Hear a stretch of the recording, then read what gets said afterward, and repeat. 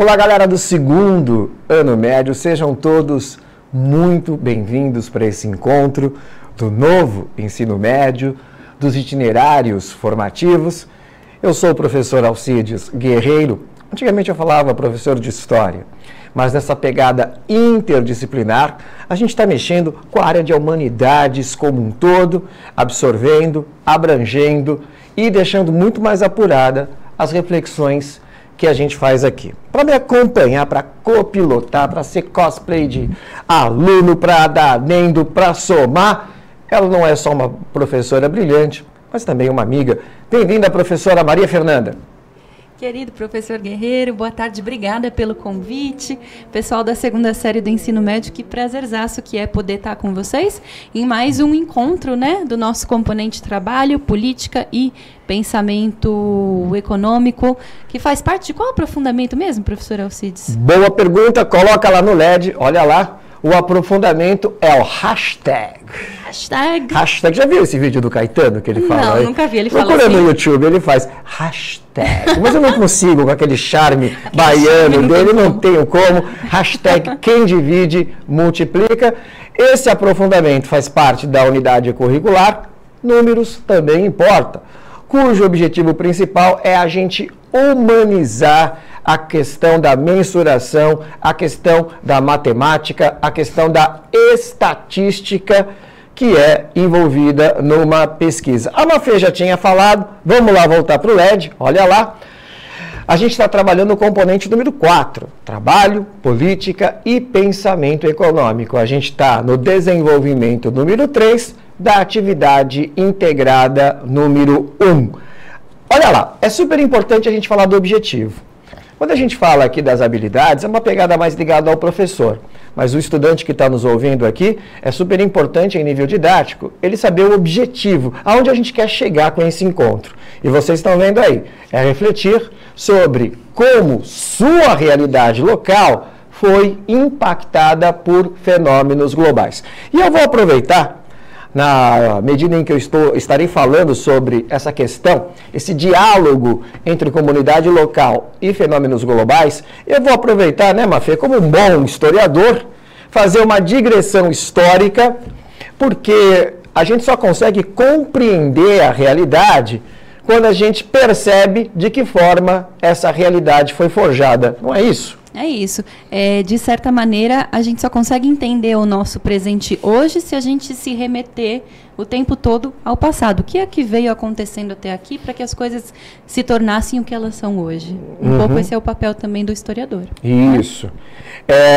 É muito comum, principalmente quem faz parte aí de redes sociais e acaba dialogando num nível um pouquinho mais intelectualizado nas redes sociais, uma frase também que o historiador é aquele chato que lembra o que a maioria das pessoas gostaria de esquecer, né?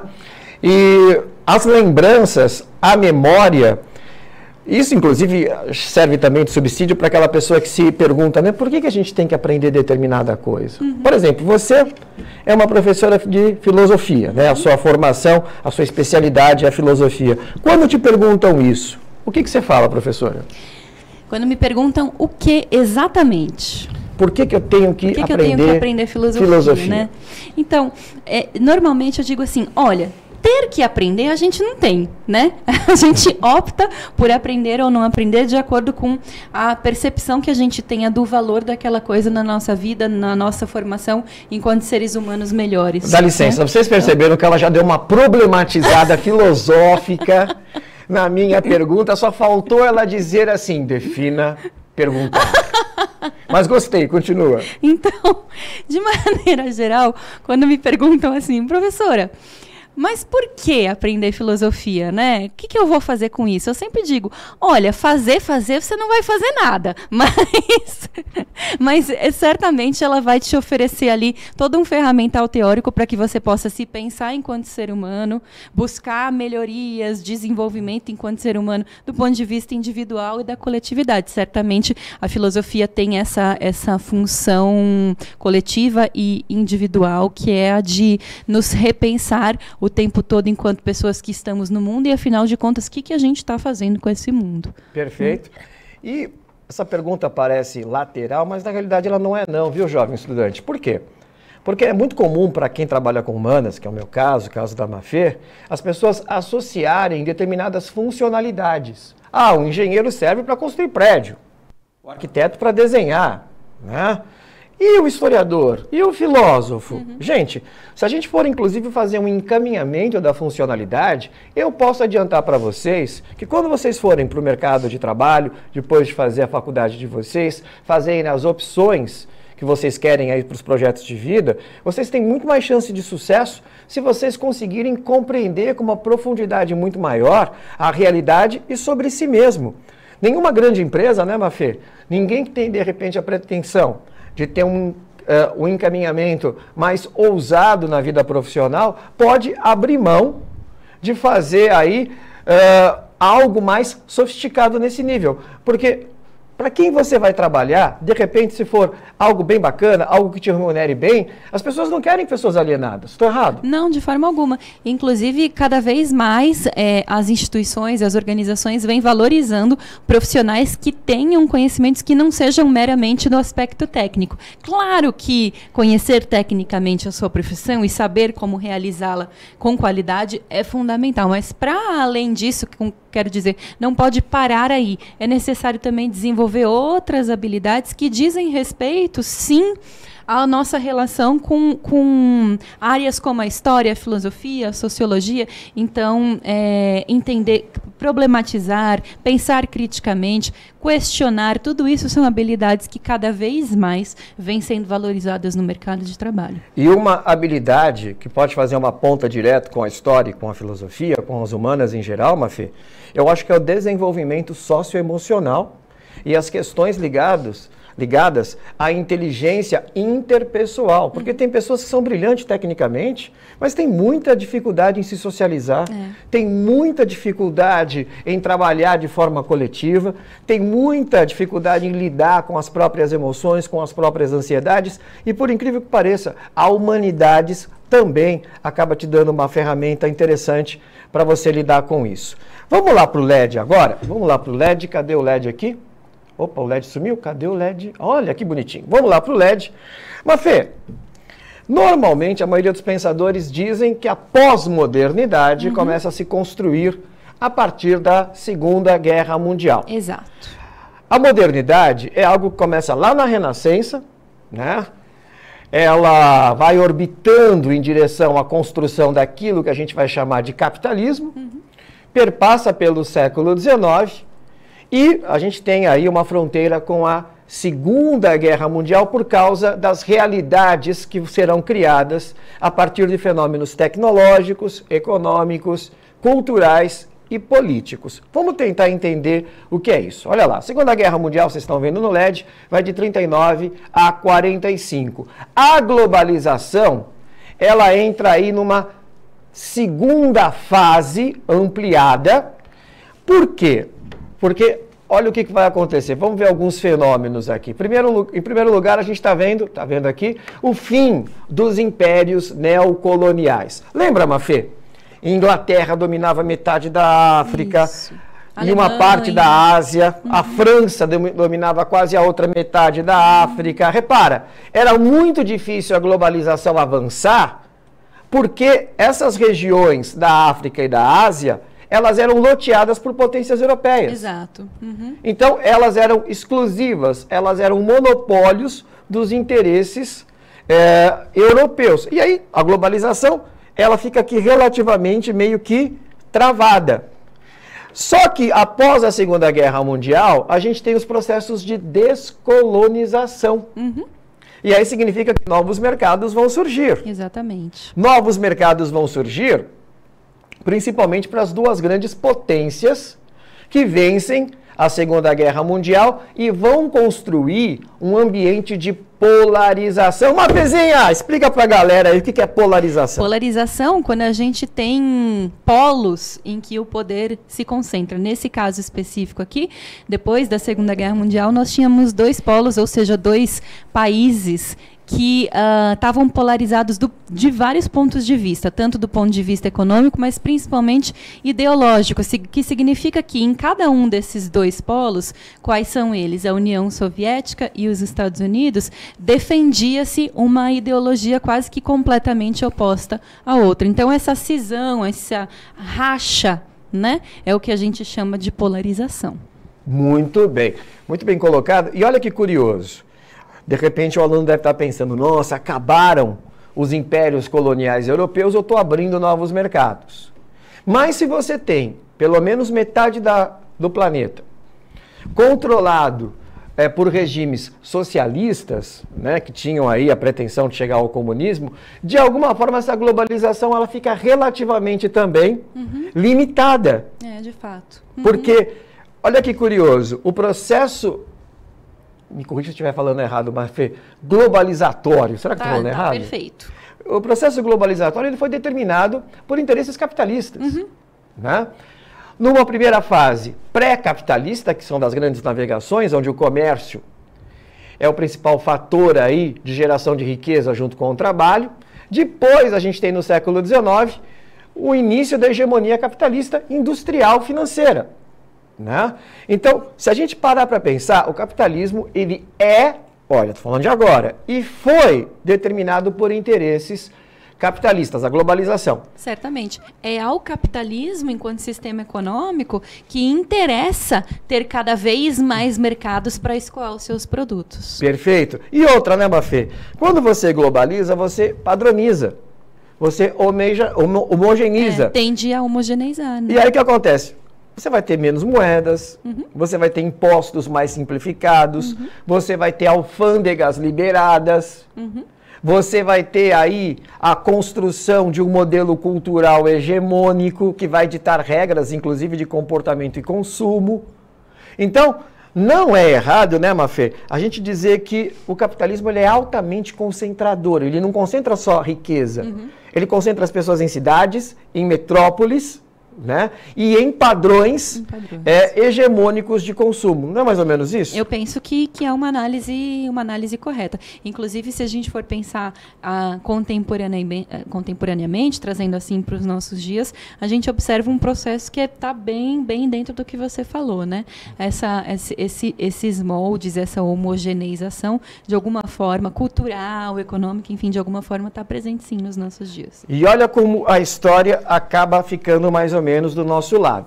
Porque numa primeira fase, os feudos se concentram e formam monarquias, que vão dar em países. Numa segunda fase, esses países constroem alianças, que depois vão dar em mercados comuns. E agora a gente já está indo para uma outra etapa de uma fundamentação de um pensamento, de uma ideologia, de uma filosofia que já é global. Agora, gente, a gente aqui tem que falar na gringa, né? Isso não é determinado por países pobres. Nunca. Né? Porque a gente fala de globalização, está tendo essa interação toda, etc, e está sendo um processo democrático de compartilhamento. Não é bem assim, né, Mafê? Não é bem assim. Nessas horas a gente precisa lembrar do nosso grande professor Milton Santos, geógrafo brasileiro, que aqui no Brasil foi um dos primeiros a apontar, colocar o dedo na ferida e dizer, olha só, no discurso, na teoria, tudo é muito bonito, mas na prática a globalização tem efeitos perversos. Um desses efeitos é precisamente a marginalização dos países pobres. Bem pensado. O professor Milton Santos, eu sempre costumo achar, né, eu penso isso, que se ele fosse estrangeiro ele teria ganhado o Nobel. Mas eu não tenho dúvidas disso. Porque o próprio professor Hobsbawm, o maior historiador do século XX, na minha opinião, ele dizia que esses grandes prêmios internacionais, eles acabam focando apenas não, mas quase que constantemente em autores anglo-saxões, em produções científicas relacionadas aos próprios países que são centrais da área capitalista, enquanto países periféricos vão sendo colocados meio de lado, muitas vezes produzindo coisas muito mais relevantes. Absolutamente magníficas, como é o conjunto da obra do Milton Santos. Por exemplo, a gente está aqui viajando, né? Parece que é viagem, mas é cheio de conteúdo, o aluninho está nos vendo aqui. Não tem nada contra o Bob Dylan, pelo contrário, eu adoro o Bob Dylan, mas eu não acho que ele seja referência para ganhar um Nobel. E ele ganhou há pouco tempo atrás um Nobel de literatura. Sim. Por exemplo, Grande Sertão Veredas, do Guimarães Rosa. Não, para mim, esteticamente, é infinitamente superior a Bob Dylan, por exemplo. É uma obra estrondosa, nossa, de fato. Né? E aí você fica, nossa, mas por quê? Porque nós somos um país periférico, né? Infelizmente. Mas vamos voltar aqui para a aula, a gente começa a se divertir, né? Vamos voltar aqui para o tema. Gente, olha lá, a gente está falando da globalização, só que agora a gente chegou pós-Guerra Fria. A Guerra Fria termina em 1991. No meu ponto de vista, Mafê, não foi uma vitória dos Estados Unidos, e sim uma derrocada da União Soviética. É curioso porque ninguém previa isso. 91 você era bebezinha, né? Eu tinha 4 anos. Será que tinha 4 anos? Mas eu já era um homenzinho formado e tal. Ninguém imaginava que do dia para a noite as pessoas fossem assistir pela televisão o fim da União Soviética. Que, inclusive, se o aluno ficar interessado, está disponível também nas plataformas de rede social. Você vê a bandeira da Foice e do Martelo sendo retirada do Kremlin, né, como uma morte anunciada, do qual rolou de uma forma tão atabalhoada que algumas sequelas do fim desse processo a gente vê hoje na guerra entre a Rússia e a Ucrânia. Né? Mas vamos voltar aqui, olha lá, globalização pós-Guerra Fria, a gente começa a ter agora a multilateralidade.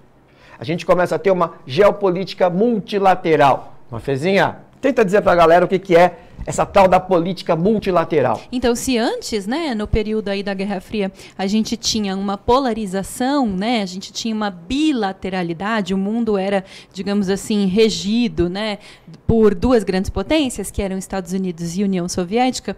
Com a derrocada da União Soviética e o fim da Guerra Fria, a gente passa a viver um mundo que é muito mais multilateral, ou seja, em vez de ser assim controlado, regido, influenciado por apenas uma ou 2 potências, agora a gente tem aí diversos países do mundo tendo um papel, jogando um jogo importante em questões econômicas, políticas e culturais. Muito bem colocado pela Mafê. E eu vou retomar, na medida em que estiver falando sobre esse ambiente novo, estava falando de pós-modernidade. Olha que curioso, Mafê, do ponto de vista estético. E você está ligado que é uma área que eu gosto bastante. Do ponto de vista estético, a modernidade, ela cria gêneros estéticos. O cubismo, certo. O dadaísmo, o romantismo, né? Isso marca. Quando a gente chega na pós-modernidade, a gente começa a combinar os movimentos estéticos que já existem. E a gente começa a sofrer algo que eu, estou falando agora em nível pessoal, me sinto uma certa orfandade de novidades. A gente se sente órfão de coisas novas. Parece que tudo que tinha que ser feito do ponto de vista estético... Já foi feito. Já foi feito, ao ponto das pessoas disserem, o rock já morreu. Não tem mais o que fazer. Exato. Não tem mais para onde ir. Tudo que podia já foi. E quando a gente passa da década de 90... né, a pós-modernidade ela se aprofunda de tal forma que a gente já começa a construir um conceito que está bem novidade, ainda isso está sendo discutido, debatido, que é a chamada pós-globalização já. Né? Onde não só essa orfandade estética acontece, mas questões étnicas voltam a ficar preponderantes e tudo o que é produzido passa, indubitavelmente, pelo peso da tecnologia. Né? Por exemplo, fazer uma provocação, se você não souber aqui, fica à vontade. Se você tivesse que falar de uma estética que sofre profundo peso da tecnologia, mas em si não é nada, mas ela, ao absorver essa tecnologia, ela cria um retrato estético. Essa é uma excelente pergunta e eu não sei te responder de bate-pronto. O rap, sabe aqueles scratches? De fato. O rap, o hip-hop. O hip-hop. Né? Você pega lá as picapes com músicas que já existem e vai fazendo a combinação tecnológica desses sons e você vai criando... Bom, a própria música eletrônica, esse é o conceito, né? Sim. É uma colagem, ela é uma colagem interessante de diferentes músicas, diferentes estéticas musicais. Né? E a gente chega ao ponto, Mafê, por exemplo, eu poder ser músico hoje sem entender nada de música. Se eu souber usar muito bem um aplicativo... Isso, é de fato. Eu posso fazer composições, mas inclusive com certo grau de sofisticação. Mas aí, será que você é músico ou você é um exímio operador de aplicativo musical? É aí que os conceitos entram de cara naquilo que eu falei para ti. A pós-modernidade já está se esgotando. Eu já não sei mais dizer. Exato. Né? Mas essa é uma conversa que talvez os nossos alunos até dominem muito mais do que nós. Sem dúvida. Porque eles já cresceram nesse ambiente. Nesse mundo, né? Que já é um mundo profundamente tecnologizado. E não conhecem o mundo de outra forma. A gente ainda conheceu o mundo de outra forma. Eu conheci o vinil. Pois é, eu também. Vamos voltar aqui para o LED. Olha lá, a gente tem a União Europeia. O aluno está percebendo, né? Em 89 caiu o muro, em 91 acaba a Guerra Fria, em 93 passa a valer a chamada Eurolândia. Vamos fazer uma comparação.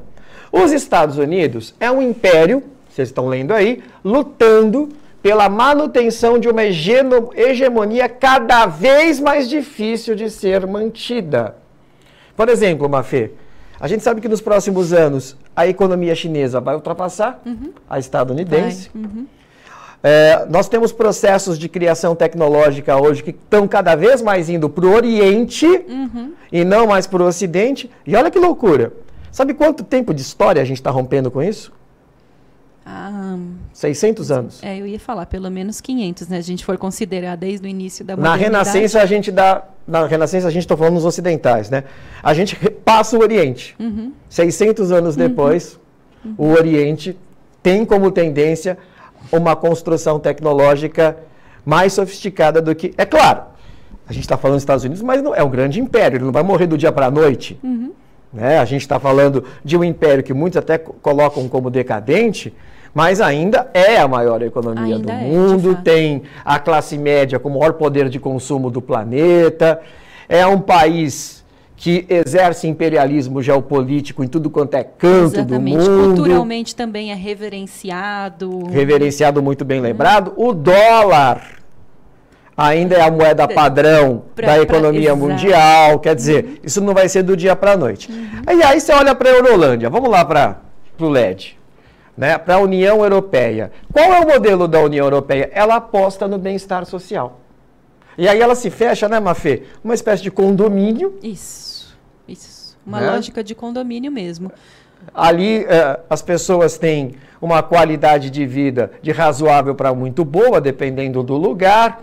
Você tem aí lugares que há muito tempo tem pleno emprego, expectativa de vida alta. Altos índices de IDH, altíssimos, isso, né? De IDH. Só que a gente está fazendo aquela situação que as pessoas não gostam, lembrando o que as pessoas não querem lembrar.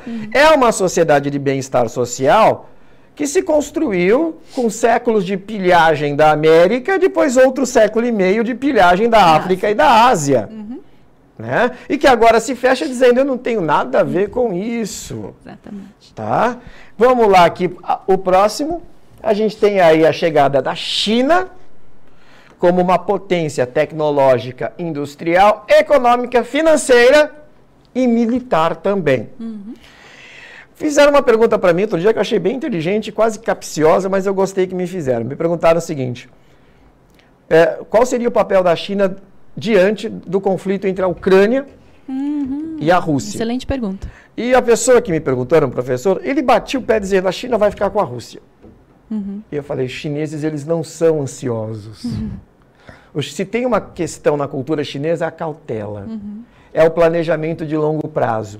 E por que ele fez essa pergunta? Ele imaginava que a China fosse invadir Formosa, aproveitar a invasão à Ucrânia pela Rússia e logo em seguida eu falei, eles não vão fazer isso.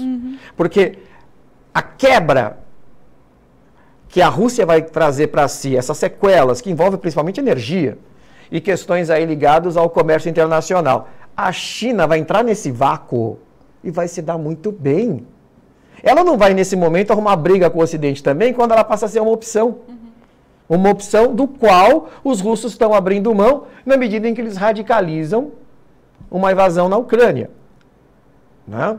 Não sei se você tem acompanhado em cima da hora, mas os russos, a cada momento, estão mais dependentes da China. Me parece que sim. Em diferentes âmbitos, né? Principalmente no uso de moedas internacionais. Né?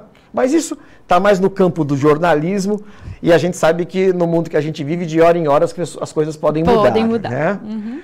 E a gente tem também a emergência aí. Mafê, você tinha falado para mim, o que são os BRICS mesmo? Para a gente relembrar aqui juntos, né? Então, este grupo de países composto por Brasil, Rússia, Índia, China e aí do inglês, né?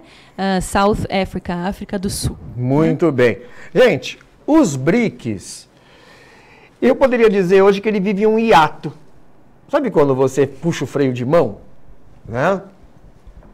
Porque os BRICS, eles surgiram, vocês estão olhando ali no LED, como uma alternativa feita por países emergentes contra a hegemonia dos Estados Unidos. Quando surgem os BRICS? Eles começam a se desenvolver a partir da segunda década dos anos 2000. Ah, então mais recente. Ele é recente.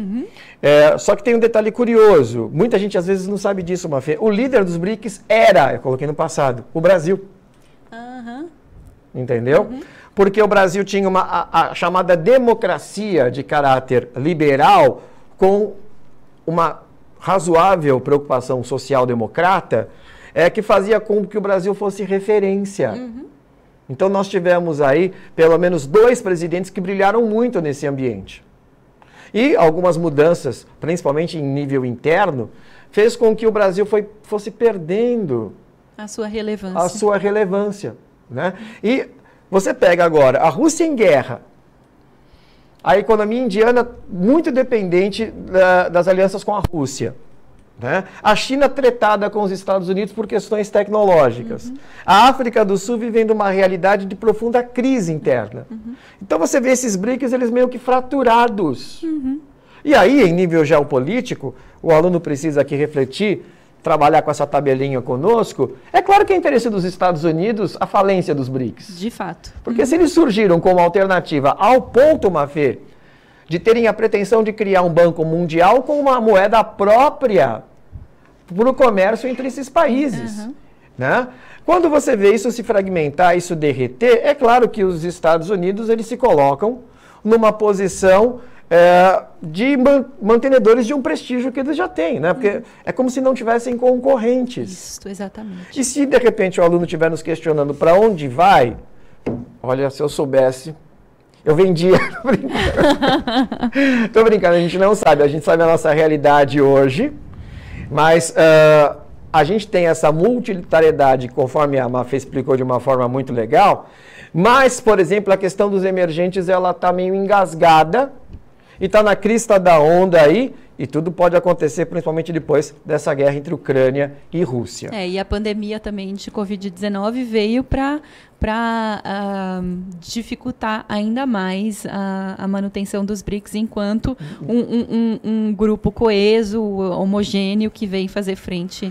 Né, Você tocou num ponto que é super interessante, porque quando a gente viu a pandemia acontecer, a gente percebeu que até domínio tecnológico de vacina passa a ser ferramenta geopolítica. Isso, de poder. De poder. Exato. Inclusive, o mais novo bilionário do mundo é o dono da BioNTech. Né? É mesmo, foi agora mês passado, né, a divulgação da notícia. O cara que desenvolveu uma tecnologia né, antiviral, diferente daquelas tradicionais que se usavam. Né? Mereceu. Não, ele é merecido. Como que eu posso dizer? O saber que ele trouxe, independentemente de ele ganhar dinheiro, foi um saber que salvou vidas. Nossa, mas milhares. Né? Milhares. Então tem que ser celebrado. Gente, vamos aqui voltar para o LED rapidinho. A gente está vendo aqui uma realidade dos Estados Unidos tentando manter o protecionismo. Mafezinha, rapidinho, explica para a galera o que é protecionismo. Protecionismo é uma coisa mais ou menos assim. O meu em primeiro lugar, ninguém toca no meu, o meu está protegido. American First. Isso. American First. E a gente está vendo aqui a China pelas beiradas, né, avançando cada vez mais em novos mercados. Boa parte das economias africanas já estão ligadas à China. A China tem projetos de infraestrutura na Europa inteira, na Ásia inteira, e ela também está avançando na América Latina. Tá? Gente, a gente está chegando ao final. A gente está vendo aqui a questão do ambientalismo na Europa, mas aqui eu queria realmente deixar como sugestão para vocês a pesquisa do nosso próximo tema aqui, que é a fragmentação, nacionalidades e padrões étnicos. Lembrando para vocês que os itinerários trabalham muito com pesquisa. Volta para mim que eu quero falar tchau junto com a Mafê. Vamos falar tchau junto, Mafê? Bora lá, 1, 2, 3 e... Tchau, galera. Pessoal. Valeu. Até breve.